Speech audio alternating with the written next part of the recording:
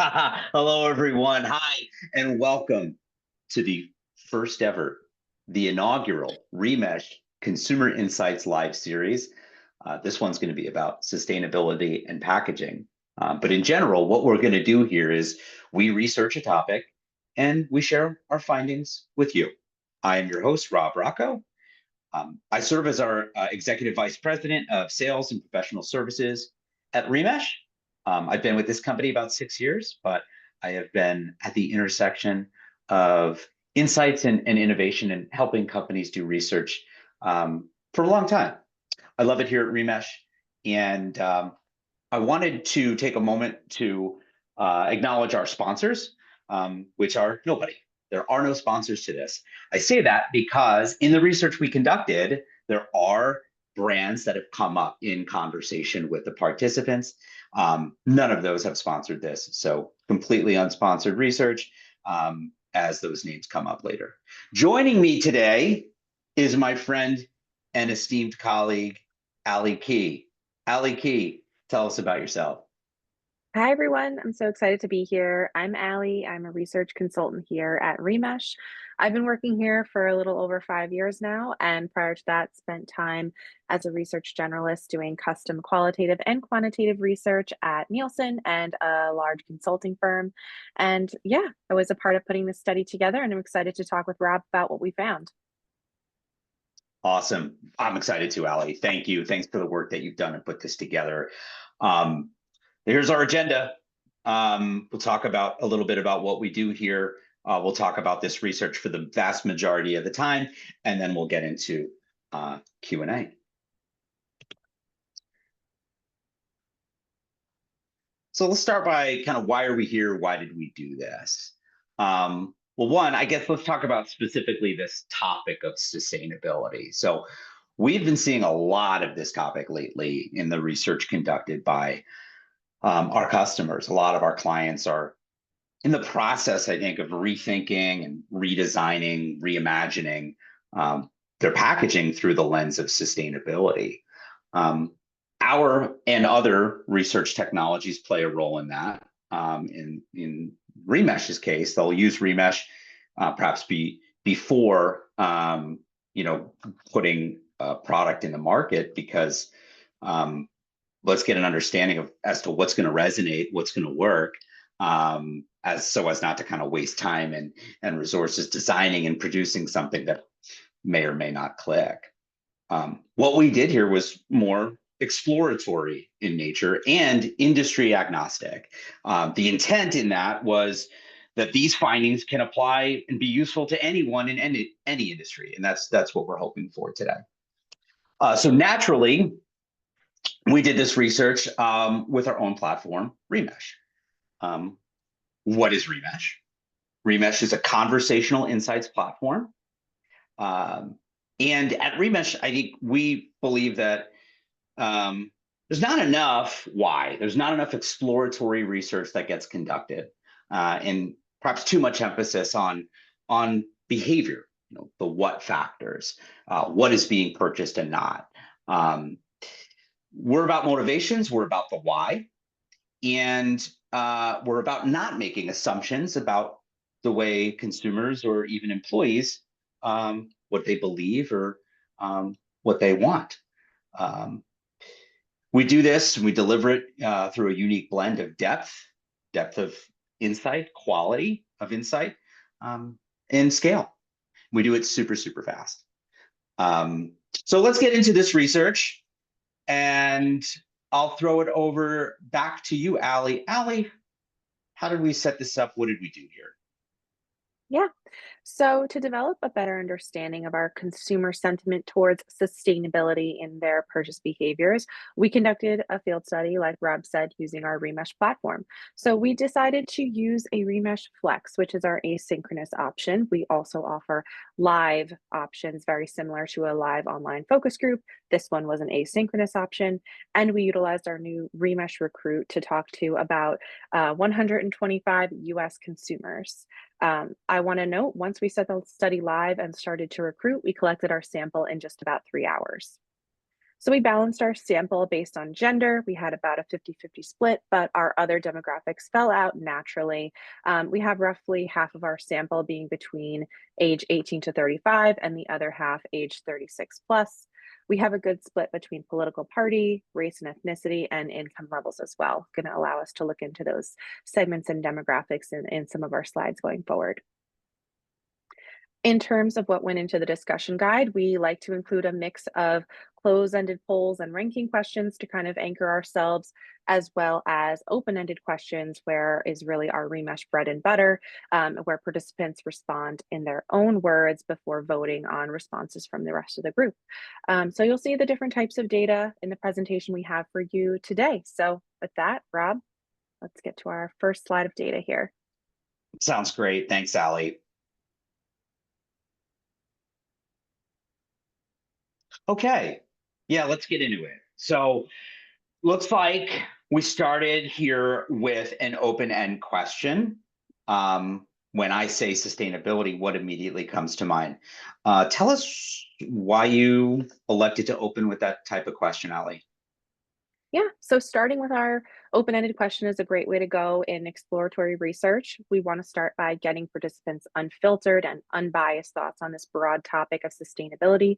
Like we said, we know the word can mean a lot of things in the space. So this was meant to see just what's top of mind for participants when they hear the word before we get into the specifics about talking about their purchase decisions and behaviors. We just want to know here, what does it mean to you?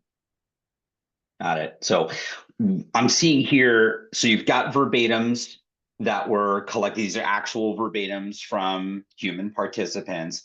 But against each one of these is an agreement score or percentage that is an agreement score. And I think that's something that is a little unique to this method in that that's calculated through using Remesh's kind of proprietary algorithm, which is really driven by voting behavior. So participants respond in their own words, and then through their voting process, you as a researcher, Ali, and other researchers can get not just the verbatims, but I think the strength of those, right? So where is their consensus within the audience?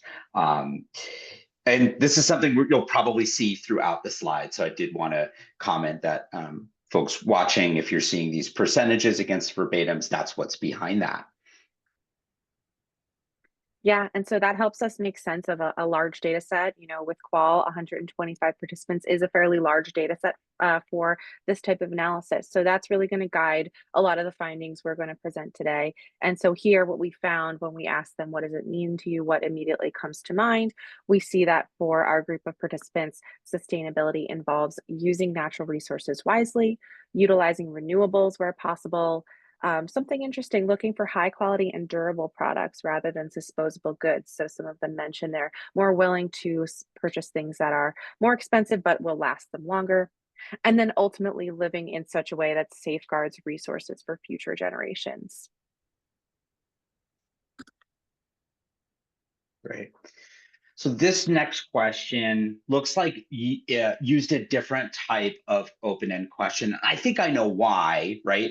You're asking here more of a personal question. Tell me about how you personally try to make sustainable choices. And I can imagine something like that is not a scenario where consensus matters as much. It's more personal to that. But it seems here that you're using other ways to synthesize that data and analyze that data in absence of percent agreement score. Auto coding was used here to understand different themes. Looks like you found about 5 major buckets. What else happened here, Ellie? Yeah, absolutely, Rob. So autocode is our kind of way of doing traditional qual coding, but with our Remesh autocode feature. And so what we see is that 5 major buckets, we found consumers' choices are very dependent on their financial means and their personal interest in in the issue. So some are very proactive, they're avoiding single use items, they're reducing waste, they're looking for reusable products, they prefer products with minimal or eco friendly packaging, or even specifically seek out brands with strong sustainability credentials. However, we also see some people say they aren't considering sustainability at all in their purchase decisions right now. And that's due to a variety of factors that we're going to explore further.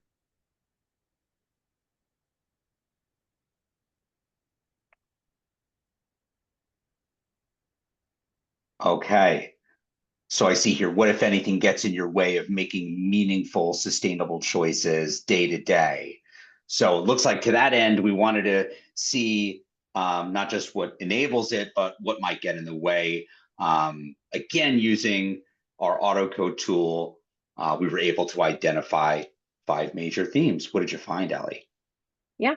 So, like we kind of alluded to, we see that economic and financial barriers a top category here. So, the perceived higher cost for sustainable products is the primary barrier for participants. Nearly half of responses fell into this broad category, and then we see convenience and accessibility issues coming in second at that, with participants believing that sustainable options are not always readily available to them or requires additional effort compared to more conventional alternatives. Some are also talking about infrastructure in the locations where they live and say there's a lack of support in their town or their municipality. There's not enough recycling programs, or there's no facilities available to them. Some talk about not having public transportation options, so having to drive their car every day, not the most sustainable. So there's a lot of financial and infrastructural barriers here that participants are identifying. Yeah, interesting.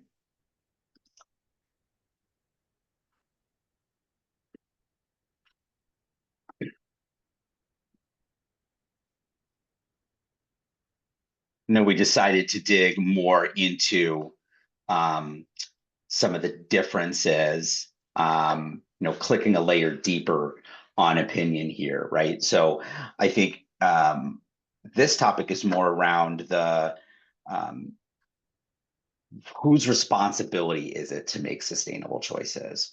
So on the whole, we've got one kind of view of the data, and then as we dig in, and I think one thing that's helpful about our platform and the way you can do segmenting is looking at different audiences, right? So different segments that we asked about, and comparing and contrasting the data. So when we did that, we saw actually a pretty meaningful shift with regards to political party affiliation, which I don't know, may or may not come as a surprise to you. I don't know if that stand out to you at all, Ali, as you were digging through the data. Yeah, this stood out to me a bit. I think we have the perception that Republicans might feel a little bit more, small government, and so government doesn't necessarily have to have a role in sustainability. But we actually found that um, that kind of tracks with what they feel. They're much more likely to feel like it's their responsibility compared to Democrats to make sustainable choices. Although usually they're much more in favor of corporations. And corporations kind of guiding policy, but we found that Democrats were actually more likely to say that it's the responsibility of companies to incorporate sustainable practices, so that it's easier for the consumer to not have to make those tough choices. But overall, I think the finding that struck me is that there's really a shared responsibility between the two groups. And nearly half of our participants are saying it's equally mine and the responsibility of companies to be sustainable. So it's between personal choice and the options that they have available. That's really going to be the sweet spot in going forward. That's great. So from here, we decided to dive a layer deeper into what companies make it easy or difficult to make sustainable choices, to see if there was, excuse me, to see if there were any patterns by industry or otherwise. So we asked 2 open-end questions, right? They were ask opinion questions. Those are the ones with our voting algorithm to get at all this. And Ali, what did you find here?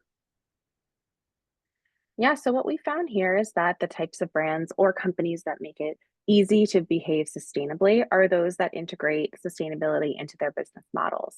This could be by using recycled materials, reducing packaging, or simply offering durable or reusable products. So that's alluding back to that first question about durability. Some are starting to mention specific brands that offer secondhand products like Goodwill, Salvation Army, or thrift stores are great for secondhand purchasing. But we also found something really interesting. So I wanna go to the next slide, Rob. So again, this was not sponsored at all, not recruited in any particular way.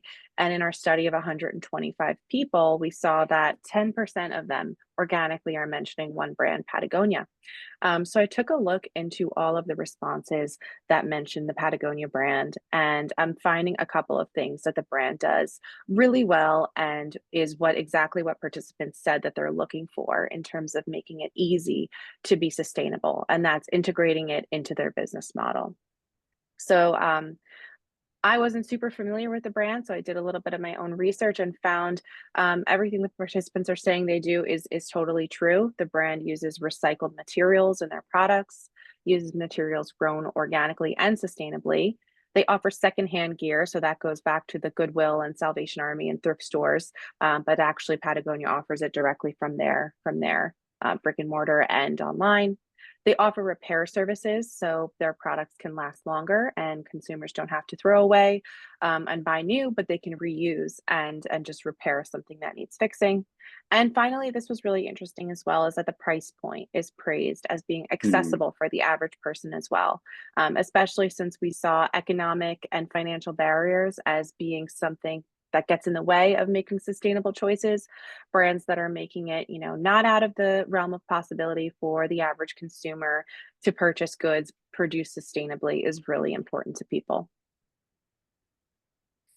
What I like about this, one thing I find really interesting about this is, as you said, 10% of the people organically, unprompted, brought up specifically the brand Patagonia. But then as the rest of the population noticed that, even though it wasn't top of mind for them through their voting, it really brought that to the surface to you as a researcher and to others now that are consuming this research that clearly high percent agreement scores um, from an idea that just was, a brand that came out of just 10% of the audience. Interesting finding. All right. Oh, sorry. Trying to get. Sorry about this, guys. Let me get my screen. There we go. We're back. Um, so let's look at this question. So this is on the other end, right? What types of brands, companies make it difficult to make sustainable choices? And when it comes to the brands or companies that make it difficult, looks like, Allie, we found a few trends with a few industries rather than brands in particular. What do you think? Yeah, yeah, absolutely. Fewer brands were specifically mentioned here. It was more about the category and the industry that they were in. So they're more of industry trends that we're seeing. So first of all, anyone that uses unnecessary packaging, especially plastic packaging, were cited for making it difficult to make sustainable choices. So that's kind of something we're going to dig into later as maybe an easy way for companies and consumers to meet in the middle. But then in terms of industries, we saw that the focus was on goods that are cheaply made. Again, alluding back to Mm, that request for durability. So we're seeing things like fast fashion.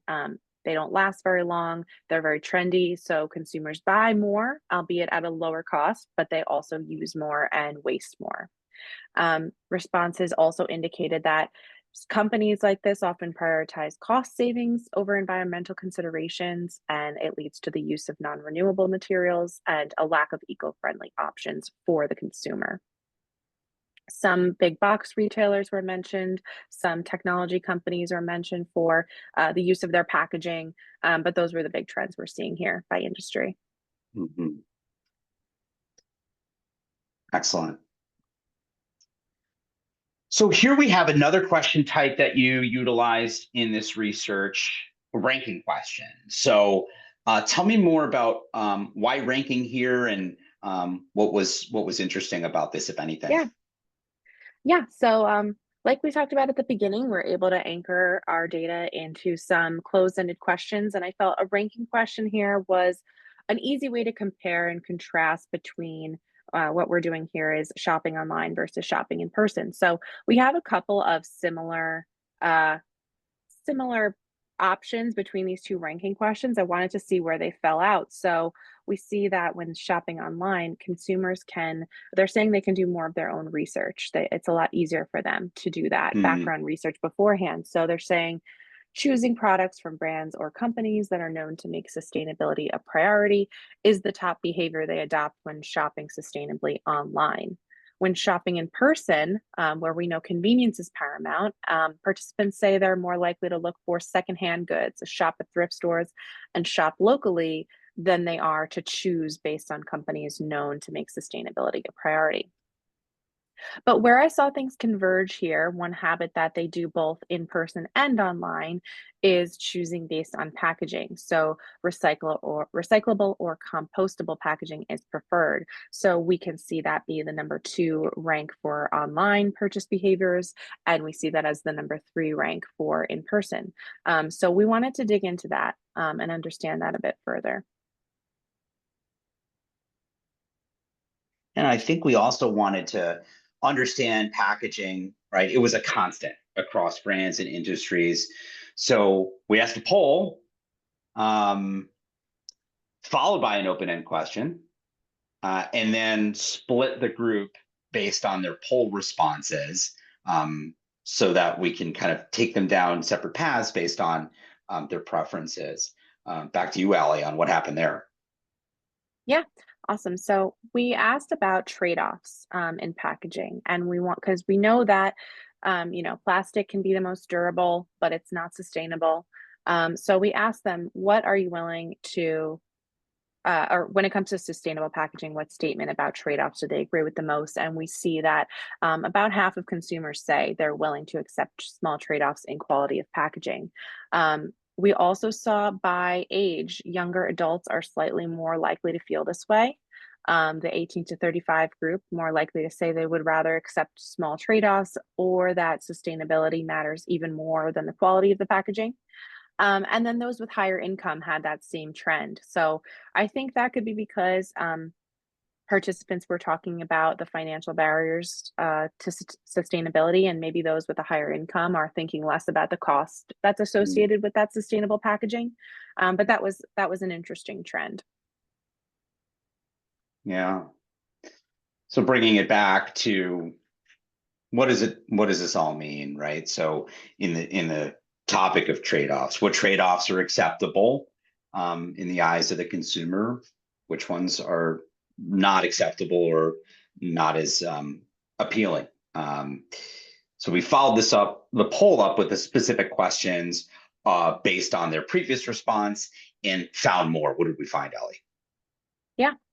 The primary concern for participants is that the product is protected by its packaging. So, this was something that was mentioned in both groups where we asked what's acceptable and what's unacceptable.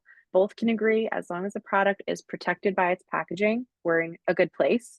And then some are talking about food specifically. So, we didn't see this come up in our industry and brand questions. So, I thought this was an interesting call out that when we say, we're going to make some trade offs and give you more sustainable packaging, they directly go to food and they say, I want to make sure my food is protected, not contaminated, and Mm, travels safely.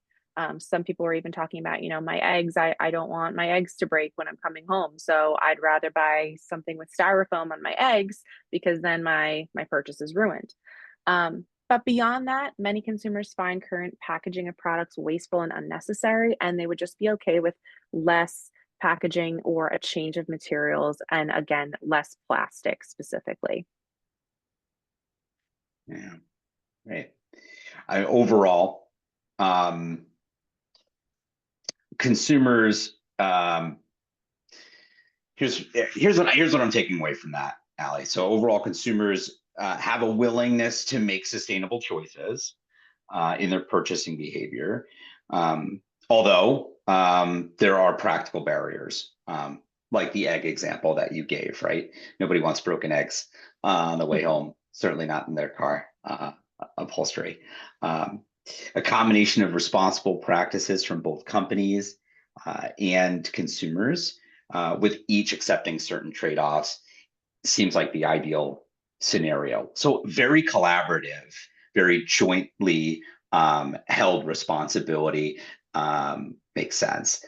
And as we saw throughout the conversation, packaging is an easy place. If we're looking for where do we start for everybody, packaging is an easy place to do that.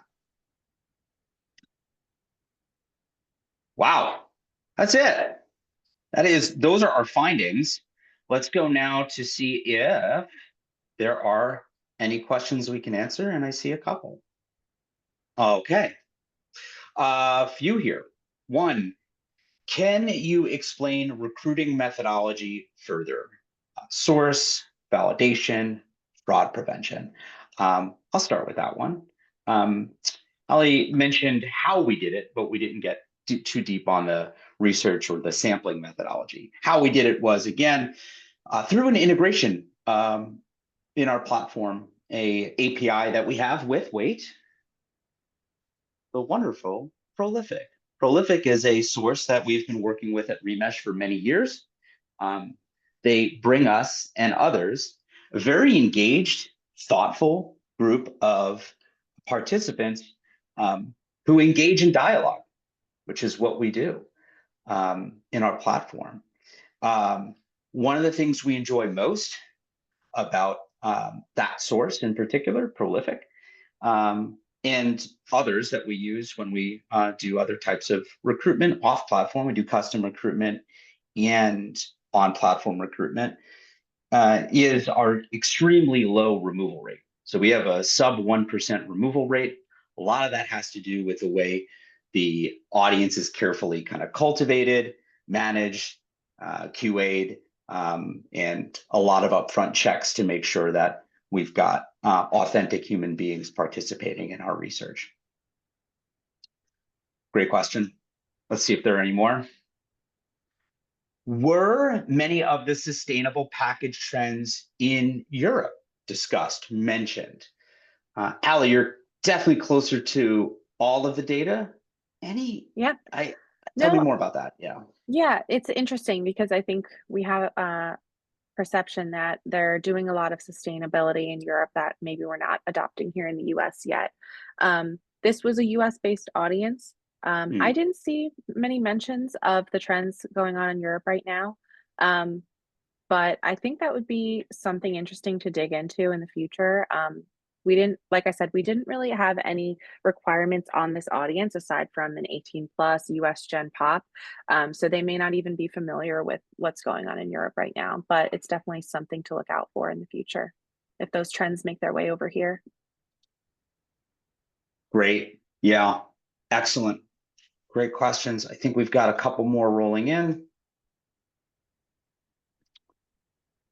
Oh, were respondents incentivized? If so, how much? Um, that I can. This was how long was this? How long was this questionnaire This was or a 15 dialogue? minute, yeah, 15 minutes. Okay, all right. Typically, it per hour it's about $25-$30. So I can use that as backwards math for now. Hopefully that's helpful. Another question. Wow, thanks guys. These are keep them coming. You talked about how quickly the study fielded, 3 hours, impressive. Thank you. Talk a little bit about how one might go about immersing themselves in the data thereafter, how quickly gaining insight could take. So I think the question there, Ali, is more about like, what is the researcher's analysis process on the Hmm. other side? And how long did it take you to analyze? Yeah, what's the process? Yeah. Absolutely, great question. So, personally, I like to take a big picture to small approach. So, I am able to use a lot of the remesh tools that we have available. One of the new ones that we have been using for, I think, the past year is our summarize feature, which is our integration with generative AI. So, I'm able to see On the whole, at the conversation level, what are the big themes and what is the group as a whole feeling? What are the trends standing out? Then I'll go into each question and look for more details behind those themes. So a lot of that you've seen here today with specific verbatims, the poll results, the auto code. I'll look into that on a question level and look into what are the themes here, and then even a step further by taking our segments into account. So for this particular research, we looked into political party, we looked into age and income in a couple of our questions to understand who might be driving those preferences. And then I like to take a step back and see the thread that connects it all. In this case, we found packaging was something we saw mentioned from start to finish.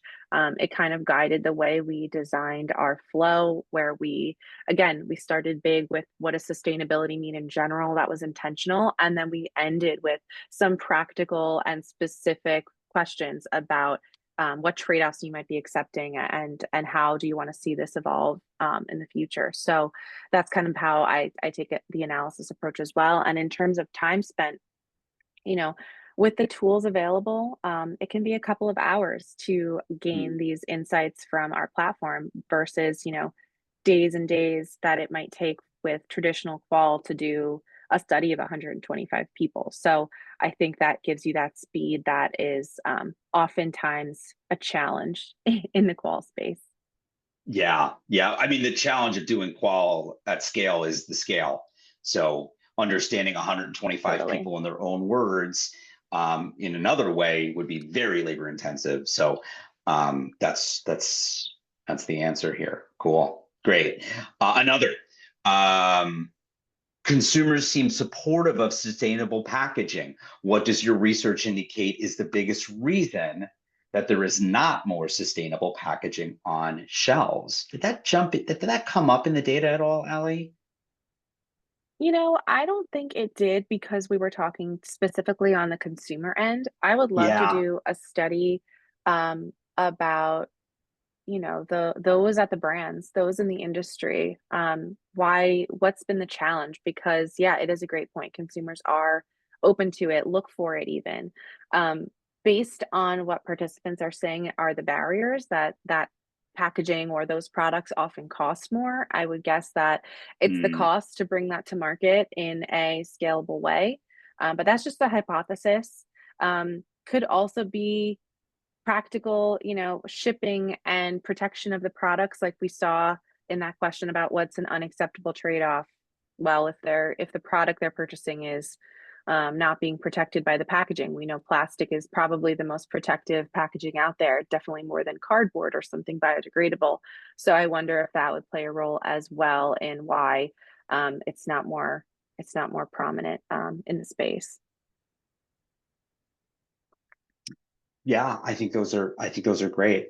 Boy, we got more. I'm gonna start answering this first one, Ali, and then I'd love for you to add any color from the researcher perspective. Um, why does a methodology like this matter? How does this help me understand consumers better? And what can't I do with this methodology? I'll tell you why I think it matters. Research is evolving, and I think there is a. I don't want to speculate about um, so much about like challenges with doing pure quantitative research because there are places where pure quantitative research absolutely matter. Um, we just have a different perspective on how to engage an audience and understand them. So I think why this methodology matters is because it's engaging the group in a dialogue. It's allowing them to surface their own kind of ideas without prompting them, right? I think if you're doing it right in a methodology like this, you're not assuming any of the answer choices. You're allowing the participants to tell you what the answer choices should be in their own words, and then through their voting, tell you what some of the right answers are. So I think it's much more open. I think it lends itself to surfacing unknown unknowns. And then the ability to, especially in a live environment, to probe on it, to drive, to iterate live with that audience. Oh, I wasn't expecting that. Tell me more about that. And gather new insights really, really quickly. Um, what you can't do with this methodology is, pure quant. I mean, you can't do, we don't have significance testing. You can't do a, full blown kind of like segmentation study, or anything like that. Allie, what else? Yeah, absolutely. I echo what Rob said completely. I think the best endorsement is just to understand consumers in their own words. And in a large sample size, that's traditional qual doesn't really usually allow us to do. So we're able to get that scale piece and doing things like coding by themes and getting percent agreement consensus on a list of 100 responses really makes sense.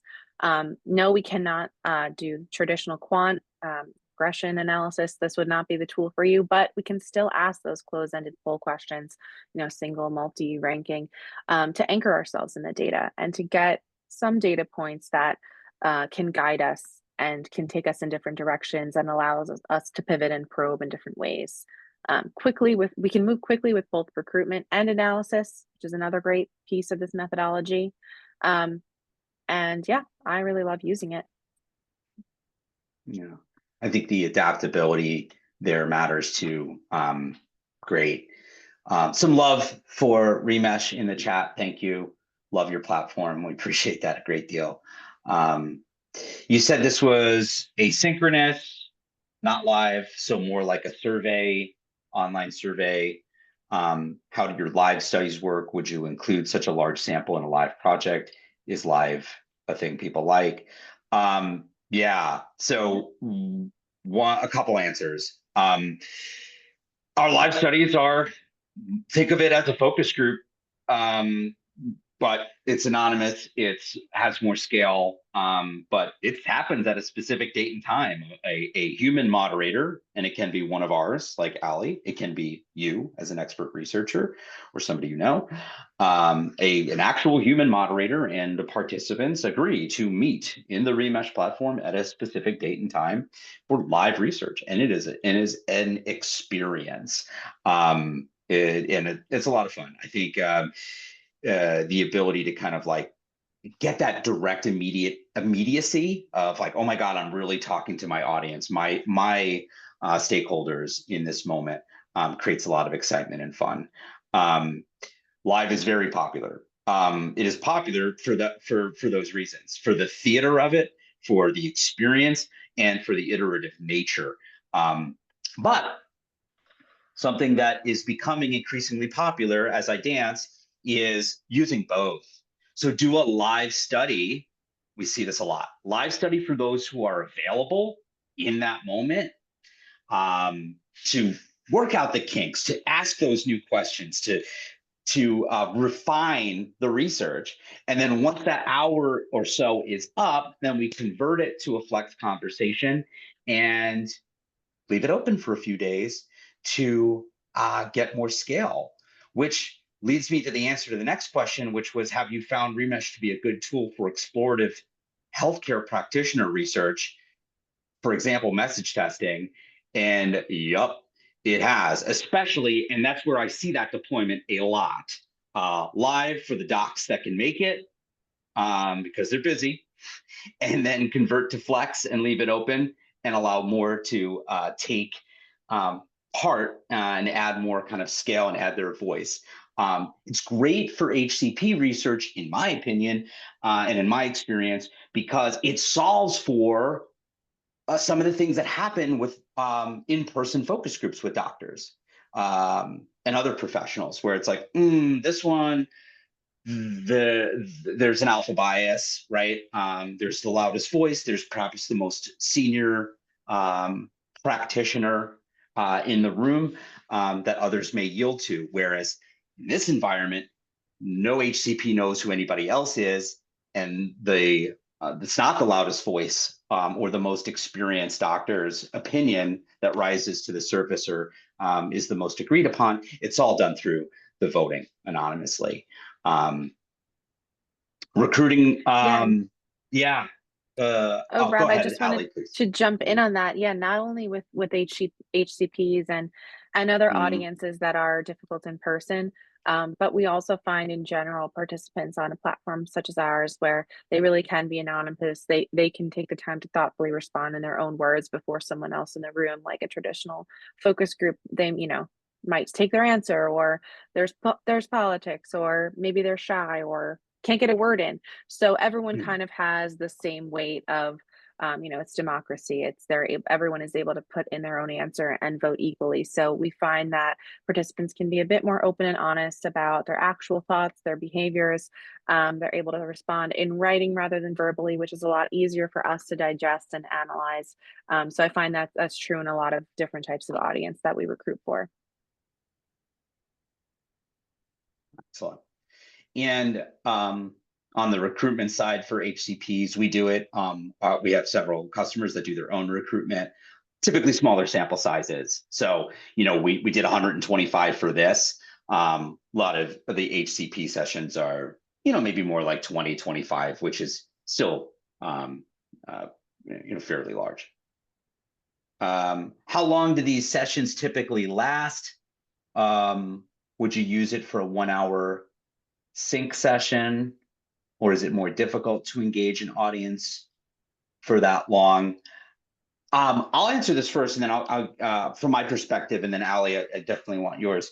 Um, we have an incredibly, like, one thing I've always found fascinating about Remesh is the retention in exercise, meaning that most people that start a Remesh session, even if it is an hour, um, and stay with us throughout, like in the 90s. Um, we will still over recruit to make sure that whatever sample size you need, that you have that many people get all the way through the exercise in case there is some drop off. Um, and I think part of that has to do with the interactive conversational nature, the Mhm. answering, the voting, the stim, the media to react to, I think helps keep the group engaged as opposed to question click, question click, question click, where all that can lead to lots of fatigue and drop off. Yeah, not only that, but also the amount of questions we're able to ask them in that 60 minutes. Whereas, in a focus group or another group setting, kind of have to wait a while for everyone to answer. We can ask a question every minute, every 2 minutes. So not only is it engaging within that minute where they respond and then have that voting to do while they wait, but then they're asked another question. They're staying engaged. They're staying on the tool, and not they don't have a lot of downtime. So the hour honestly flies by. Most of our customers like to do 60-minute live sessions. That's kind of the average. So it's not long. Some go longer, some go shorter. But yeah, it's this one happened to be 15 minutes, but I would say most of our sessions are much longer than that. I want to thank all of you for attending this first ever of its kind live series of Remesh. Um, we will be doing these again, monthly, even.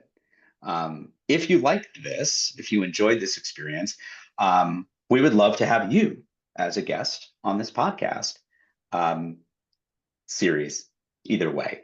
Uh, which means if you have an idea, a thought, a topic that could be valuable for us to do and share findings with the world, or at least who's willing to um, register and attend, let's do it. Let's do some research together. Topic that's pertinent to you, and then we can come and enjoy our time together on this series. With that, I want to thank everybody for their participation, for their wonderful questions and thoughts.